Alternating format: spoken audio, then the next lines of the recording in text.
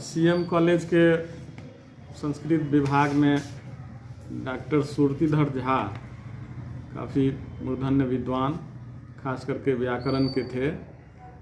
और वे यद्यपि मेरे आने के तुरंत बाद 1996 में वो अवकाश ग्रहण किए, लेकिन हम लोग के समय में भी वे यहाँ आते थे, वर्ग लेते थे छात्रों का।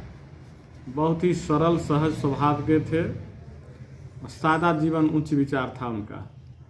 और छात्रों को वे केवल वर्ग में ही नहीं पढ़ाते थे, बल्कि अपने आवास पर भी जो छात्र जाते थे उन्हें व्याकरण वो पढ़ाते थे बहुत पूरे मनोयोग से। वो बहुत सरल जीवन जीते रहे। महाविद्यालय में कोई उनका किसी तरह का कोई लगाव नहीं रहता था, कोई अपेक्षा नहीं होती थी बहुत लोग हमको जाने और कॉलेज से कुछ हमको अन्य चीज़ों में हम रहें, बल्कि कहा जाए कि शुद्ध रूप से वो विद्या के पुजारी थे। अध्ययन अध्यापन करना ही उनका मुख्य पेशा रहा।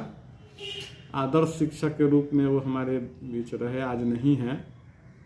गत दिसंबर माह में ही उनका देहांत हुआ। हम लोग को जानकारी बाद में मिली, क्योंकि यद्यपि उनका गांव ठारही है यहीं मधुबनी जिला में, और मिस्टोला में भी उनका घर है जहां हम लोग जाते थे उनसे मिलने। और वे दिल्ली में उनका निधन हुआ। उनके 4 पुत्र और 1 पुत्री हैं, सभी सेटल हैं, सुखी संपन्न परिवार छोड़ करके वो गए हैं हमारे बीच। और संस्कृत भाषा साहित्य के लिए अपूर्णीय क्षति है उनका निधन, और हम महाविद्यालय परिवार मर्माहत हैं। उनके प्रति हम संवेदना व्यक्त करते हैं। ऐसे विद्वान हमारे बीच अब नहीं हैं।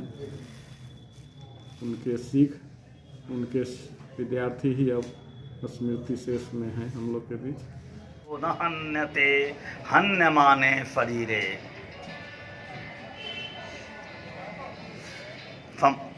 समुपस्थित इस महाविद्यालय के प्रधानाचार्य